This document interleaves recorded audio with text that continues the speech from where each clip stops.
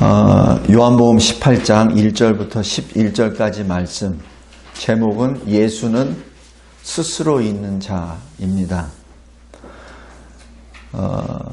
18장 1절에 보면은 예수께서 기도하시고 제자들과 같이 기드론 시내 건너편으로 나가십니다.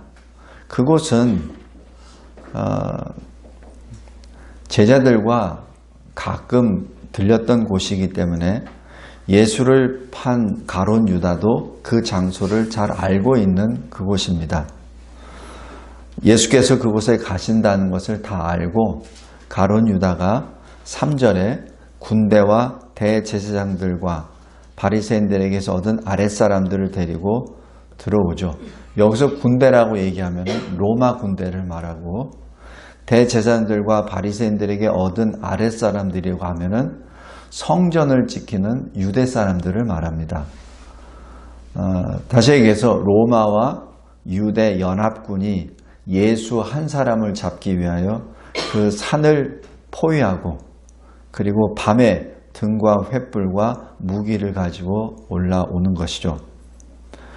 성도 여러분, 여기서 우리는 예수님이 어떤 분이라는 것을 지금 이들이 알고 있습니다. 자신들의 능력으로는 사실 붙잡을 수가 없다는 것을 알기에 평상시 로마군과 유대의 이 성전을 지키는 사람들은 같이 행동을 하지 않습니다. 로마 사람은 로마 사람대로 피지배 사람들이기 때문에 천하다 판단을 하고, 또 성전을 지키는 사람들은 레위인들 아닙니까? 그러니까 그 사람들은 그 사람들 나름대로 로마인을 부정한 자라고 보기 때문에 같이 행동을 하지 않습니다. 오늘 여기 3절에 그러한 연합군이 온다는 얘기는 이 마지막 때에 악한 이들이 교회를 공격하기 위하여 같이 연합한다는 것을 또한 우리에게 보여주는 한 단면이기도 합니다. 하나님을 대적하는, 교회를 대적하는 무리들은 서로의 사상과 이념이 다르지만 한 목적, 하나님을 공격하고 하나님의 사람들이 모인 교회를 무너뜨리기 위하여 같이 손을 잡죠. 여기에 대해서 우리는 어떻게 해야 됩니까? 오늘 그 모습이 나타납니다. 예수님께서 담대하게 이 일을 해결하십니다. 4절에 보면 예수께서 그 당할 일을 다 하시고 앞장서서 나가시죠. 예수님은 피하지 아니하십니다. 모든 것을 다 하시고, 그리고 앞장서서 제자들을 뒤로 하고 예수님이 앞에 나아가서 말씀합니다. 너희가 누구를 찾느냐? 그러자 5절에 나사렛 예수라 이렇게 말합니다. 이때 예수님이 내가 그니라 이렇게 말씀하는데, 이 번역이 이렇게 돼 있어서 좀 애매한데, 출애굽 3장 15절에 나와 있는 내가 스스로 있는 자다, 이 히브리어 말로는 에히 아쉐르 에히에라는 그 뜻이요, 헬라어 말로는 에고 에이미, 그걸 영어로 하면 I am 입니다. 다시 얘기해서 이 말씀은 예수님이 바로 그 여호와 하나님이심을 스스로 계시하신 내용이죠. 이 말씀을 누가 이해하겠습니까? 성전 지키는 자들은 압니다. 그래서 6절에 보면은 그 예수님이 내가 그니라 라는 그 말씀, 출애굽 3장에 나오는 그 말씀을 모세 앞에서 모세에게 계시하신 그 말씀을 선포하자 그들이 물러가서 땅에 엎드러집니다. 여기서 그들은 아마 로마 군인은 아닐 터예요. 성전 지기들일 겁니다. 성전 지기들은 이 출애굽을 잘 알죠. 우리 출애굽 3장 한번 보면서 확인해 보겠습니다.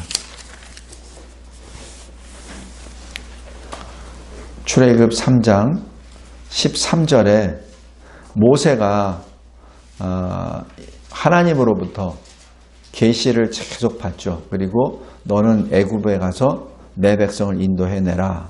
그렇게 말합니다. 그러자 모세가 13절에 그들이 내게 묻기를 그의 이름이 무엇이냐 하리니 내가 무엇이라고 그들에게 말하리이까.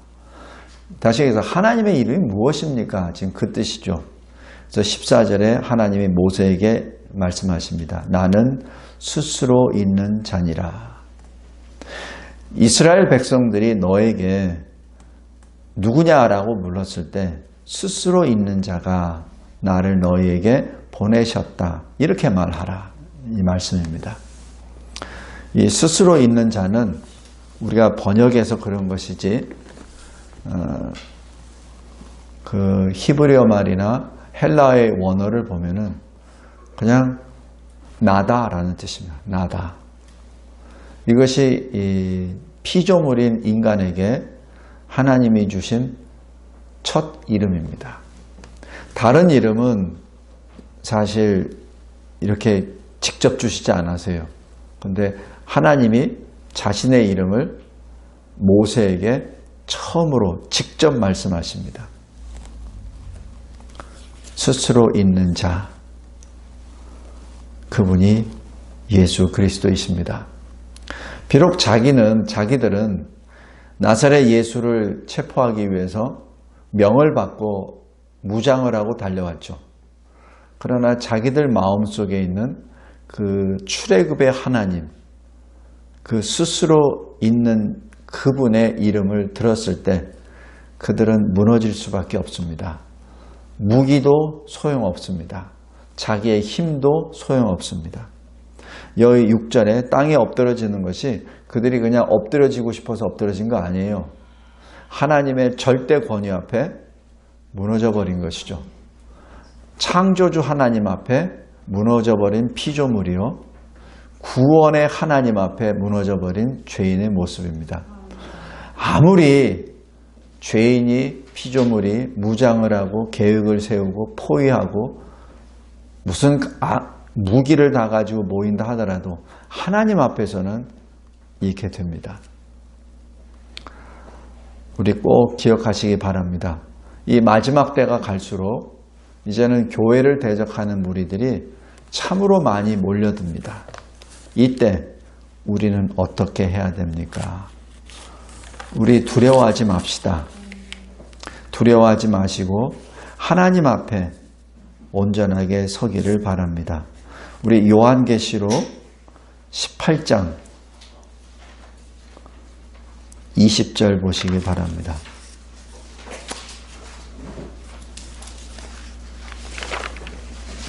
(18장) 20절 제가 읽겠습니다. 하늘과 성도들과 사도들과 선지자들아 그로 말미암아 즐거워하라. 하나님이 너희를 위하여 그에게 심판을 행하셨음이라. 바로 이 마지막 때에 지금 예수 그리스도께서 우리를 위하여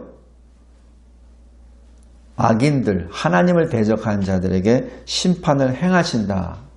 그렇기 때문에 심판이 임했을 때 두려워하지 말라. 지금 여기 예수와 같이 있었던 제자들은 아마 두려워했을 겁니다.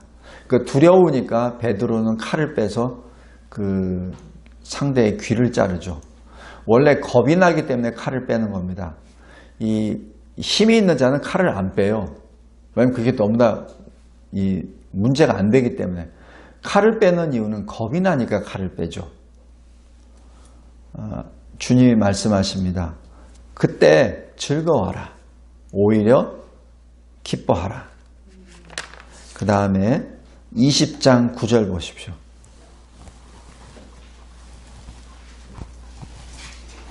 그들이 지면에 널리 퍼져 성도들의 진과 사랑하시는 성을 두루매. 지금 똑같습니다. 예수를 포위해버리죠. 아마 겹겹이 포위했을 겁니다. 그 산이 그렇게 높은 산이 아니에요. 그리고 대략 한 로마와 그 성전지기 연합군이 대략 한 1000명 정도로 봅니다. 그러니까 애워 싸버린 거예요. 그들이 지면에 널리 퍼져 성도의 진과 사랑하신 정을 두루매 바로 교회를 포위하매 어떻게 됐죠? 하늘에서 불이 내려와 그들을 태워버리고 이제 하나님의 심판의 역사입니다. 다시 요한복음 18장으로 돌아가면 그 주님이 계심으로 인하여 그 한마디 선포로 모두가 엎드려져 버립니다. 근데 예수께서는 아직 그 때가 아니시기 때문에 마지막 이 구원의 완성 그 때가 아니시기 때문에 주님의 영광을 받으시려고 십자가의 길을 걸어가십니다. 그래서 11절에 보면 아버지께서 주신 잔을 내가 마시지 아니하겠느냐. 아버지께서 주신 잔을 내가 마시지 아니하겠느냐. 그 말씀이 이 요한복음 17장 1절입니다. 때가 이르렀사오니 아들을 영화롭게 하사 아들로 아버지를 영화롭게 하옵소서. 세상 사람들의 눈에는 저주의 십자가에 매달리고 또 그 전에 온갖 이 수모와 고초와 고난을 받고 수치스럽다라고 비아냥거립니다. 그러나 하나님의 눈에 보아서는 영광이죠. 왜냐하면 그 일을 통해서 하나님의 백성들을 구원해내시는 오직 하나님만이 행할 수 있는 구원의 역사이기 때문입니다.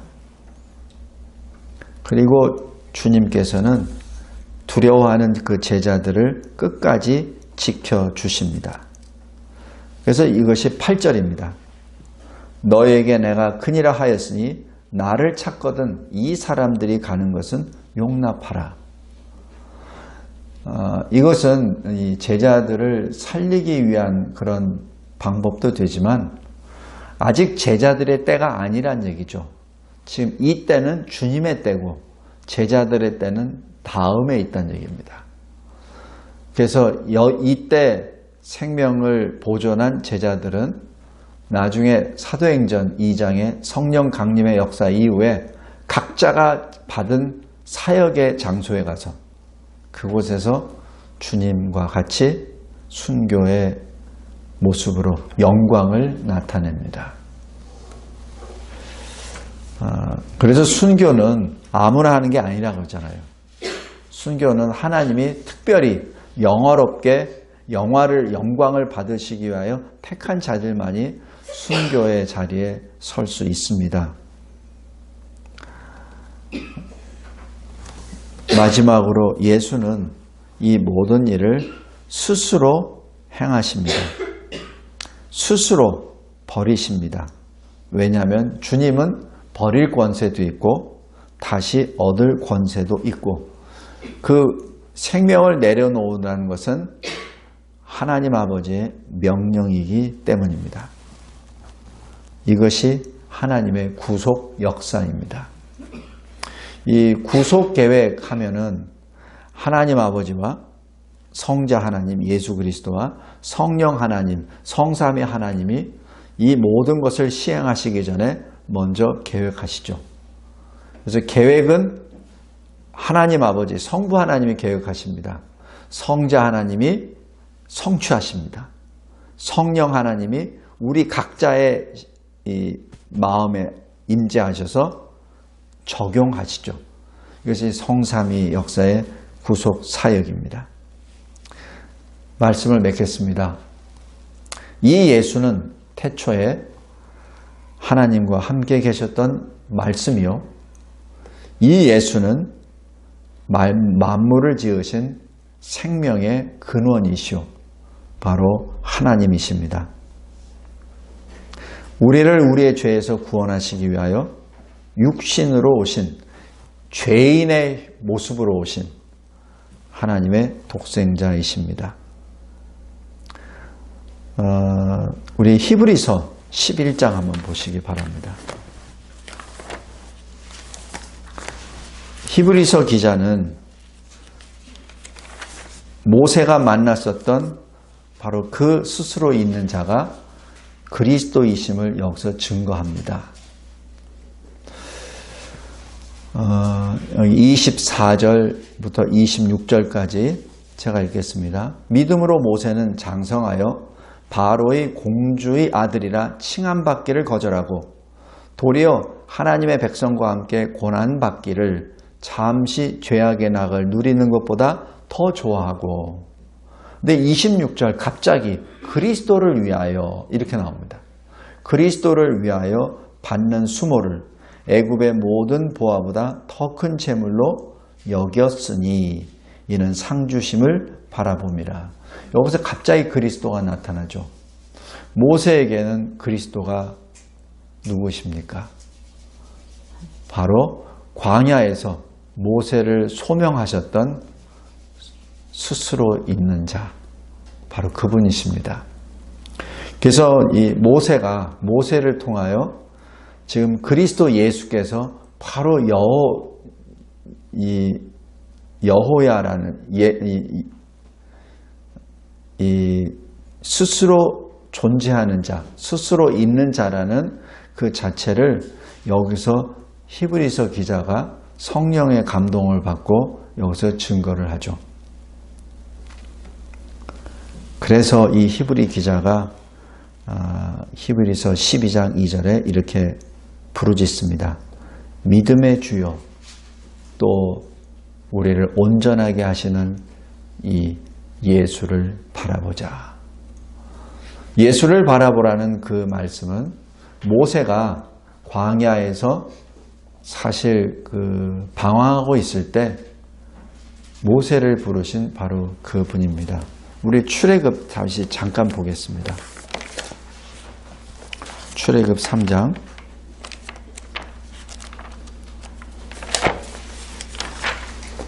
모세가 40세에 애굽을 떠나고 40년 동안 광야에 있죠.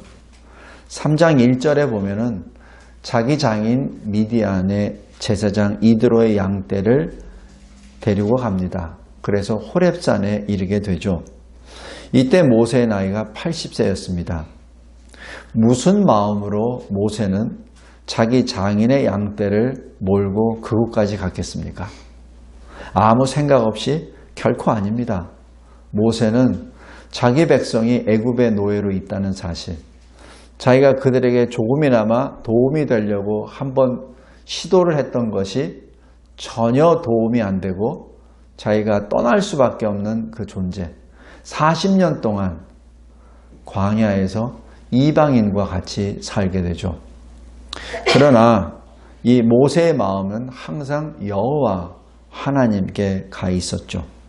그때 그 여호와께서 4절에 모세를 부르십니다. 모세야, 모세야. 그래서 여기 모세가 내가 여기 있나이다 라는 준비된 기도하는 자의 반응을 나타내죠. 누구십니까? 라고 부르지 않습니다. 당신은 누굽니까? 라고 부르지 않아요. 사울은 누구시니까? 이렇게 물어보죠. 그러나 모세는 누구입니까? 라고 안 묻습니다. 이게 뭐죠? 바로 그분이 나의 주님이심을 지금 모세는 영적으로 알고 있다는 얘기입니다. 이게 엄청난 차이입니다. 제가 전에도 언뜻 말씀드렸지만 내가 여기 있나이다 라고 고백하는 사람이 성경에 그렇게 많지 않아요. 아브라함도 12장에서 소명을 받을 땐 이런 반응 안 나타납니다. 이삭을 번제로 드릴 때 22장에 돼서야만 겨우 이 고백을 하게 됩니다. 그때 아브라함의 나이가 110세는 좋게 넘었을 테죠. 모세, 자기의 능력의 한계를 깨닫고 광야에서 방황하고 하나님 앞에 40년 동안 기도했을 줄로 믿습니다. 그러기에 모세야, 모세야 불렀을 때 그대로 나타납니다. 내가 여기 있나이다. 그리고 5절에 보면 하나님이 말씀하시죠. 이리로 가까이 오지 말라. 네가 선 곳은 거룩한 땅이니 내 발에서 신을 벗으라. 성도 여러분, 만약에 모세가 기도하는 자가 아니라면 하나님이 오시지도 않았고, 기도하는 자가 아니라면 하나님께서 신을 벗으라는 말도 하지 않으셨을 겁니다. 신을 벗으라는 얘기는 뭐죠? 하나님이 모세를 맞아주신다는 사인입니다. 그죠? 아무나 하나님이 부르십니까? 아무나 부르지 않으세요. 하나님은 모세를 알기에, 모세가 그 그릇이 이제 준비되었다는 것을 아시기에, 그래서 부르실 때 모세가 살면서 살아있는 상태에서 하나님 앞에 나올 수 있는 길을 알려주시죠. 그것이 신을 벗으라입니다. 그 신은 무엇을 의미하죠? 만약에 광야에 양떼를 치러 갈 때 신이 없다면 양떼를 몰고 갈 수 있습니까? 거기에 많은 해충도 있고 뱀도 있고 짐승들도 있고 돌들도 많을 텐데 맨발로 갈 수가 없죠. 그래서 신은 반드시 있어야 됩니다. 그런데 하나님이 말씀하시죠. 신을 벗으라. 그 얘기는 네가 가장 소중한 것을 벗으라는 얘기죠. 신이 더러웠기 때문에 벗으라는 그런 개념도 있습니다. 그러나 그것보다 더 큰 개념은 네가 가장 소중하게 너의 생명처럼 여기고 네가 이 자리에서 생존할 수 있는 유일한 장비, 유일한 것, 그 신을 벗으라는 얘기입니다. 그 얘기는 너의 생명도 내려놓으라는 하나님의 말씀입니다. 왜? 거룩하신 하나님을 만나는 사람이 만나면 죽죠. 그러니까 죽으란 얘기입니다. 너의 생명을 내려놓으란 얘기입니다. 이 신이 그냥 단순한 신이 아니에요. 더러워서 벗으라는 것이 결코 아닙니다. 이 광야에 신과 발이 어느 게 더 더럽습니까? 더럽다는 차원이 아니라 너의 생명을 내려놓으라는 그 사인입니다. 그랬을 때 6절이 들어갑니다. 하나님이 자기를 계시합니다. 나는 너의 조상 하나님, 아브라함의 하나님, 이삭의 하나님, 야곱의 하나님이니라. 모세가 그토록 부르짖으며 기도했던 하나님을 만난 장소가 바로 이 호렙산이요. 80세가 되기까지 주여 내가 어떻게 살아야 합니까? 주여 내가 40년 동안 애굽의 왕제로 살다가 이제는 내 백성, 하나님의 백성들이 고난 가운데 있는 것을 보고 내가 좀 어떻게 해보려고 했다가 지금 그 길이 막혔습니다. 하나님, 그 길은 선한 길 아닙니까? 나의 조상 아브라함에게 창세기 15장에 이미 약속했던 그 약속 아닙니까? 그래서 내가 그것을 좀 해보려고 했는데 내 길이 막혔습니다. 그래서 나는 이제는 애굽의 왕자도 아니요, 이 미디안, 이 이방인의 사위로 내가 가지고 있는 아무것도 없고 지금 광야에서 지금 이렇게 살고 있습니다. 나의 인생의 목적이 무엇입니까? 하나님이 나에게 왜 생명을 주셨습니까? 차라리 이렇게 살 바에는 하나님께로 돌아가는 것이 더 낫지 않겠습니까? 지금 아마 이 모세의 이 심정을 봤을 때 엄청나게 많은 주님과 씨름했을 걸로 생각합니다. 어떻게 하냐고요? 레위기, 민수기, 출애굽 나머지 쭉 보면 모세가 하나님 앞에 어떻게 부르짖는지를 보면 압니다. 그랬을 때 하나님이 모세에게 출애굽의 사명을 주시죠. 그리고 14절에 모세에게 하나님의 이름을 주십니다. 성도 여러분, 이 사람이 모세입니다. 그래서 하나님은 모세를 다른 선지자들과 달리 하나님과 대면하여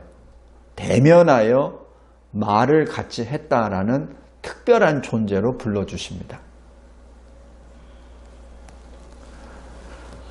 성도 여러분, 그 모세가 히브리서 11장 26절에 그리스도를 위하여 받는 수모를 애굽의 그 모든 보화보다도 더 소중하게 여겼다. 빌립보서 2장에 있는 것처럼 사도 바울이 이 세상에 있는 모든 것을 똥으로 여겨졌다. 왜? 예수를 만나니. 예수를 만나니 이 세상에 있는 모든 것이 똥으로 여겼다라고 해서 자기가 가지고 있는 모든 것을 내려놓고 예수를 증거하는 사도로 행하게 되죠. 결론이 무엇입니까? 바로 그 하나님, 나의 하나님, 믿음의 주, 나를 온전하게 하시는 구원의 하나님, 구원의 창시자, 구원의 근원, 예수를 바라보자. 기도하겠습니다. 예수님은 바로 스스로 존재하시는 바로 하나님이십니다. 누구의 손에 의하여 지음을 받거나 누구에게 의탁하는 분이 결코 아니시고 무에서 모든 만물을 창조하신 바로 창조의 하나님, 하나님의 말씀, 성자 하나님, 우리의 주이십니다. 그 주님이 우리에게 오셔서 스스로 자신을 계시하십니다. 하나님, 계시하실 때 자기 제자들을 끝까지 지켜주십니다. 그리고 하나님 아버지께서 주신 고난의 잔을 마다하지 아니하시고 바다 한 방울도 땅에 떨어뜨리지 아니하시고 다 마시십니다. 십자가에 달려 죽으심으로 그의 온 몸에 흐르던 피와 물을 다 쏟아내시고 우리의 죄값을 다 지불해 주셨습니다. 그분이 우리의 구주 예수 그리스도이십니다. 하나님, 진심으로 감사합니다. 이 주님을 내가 또 바라보며 부르짖으며 거룩의 의로움의 하나님의 진리를 나타내게 하옵소서.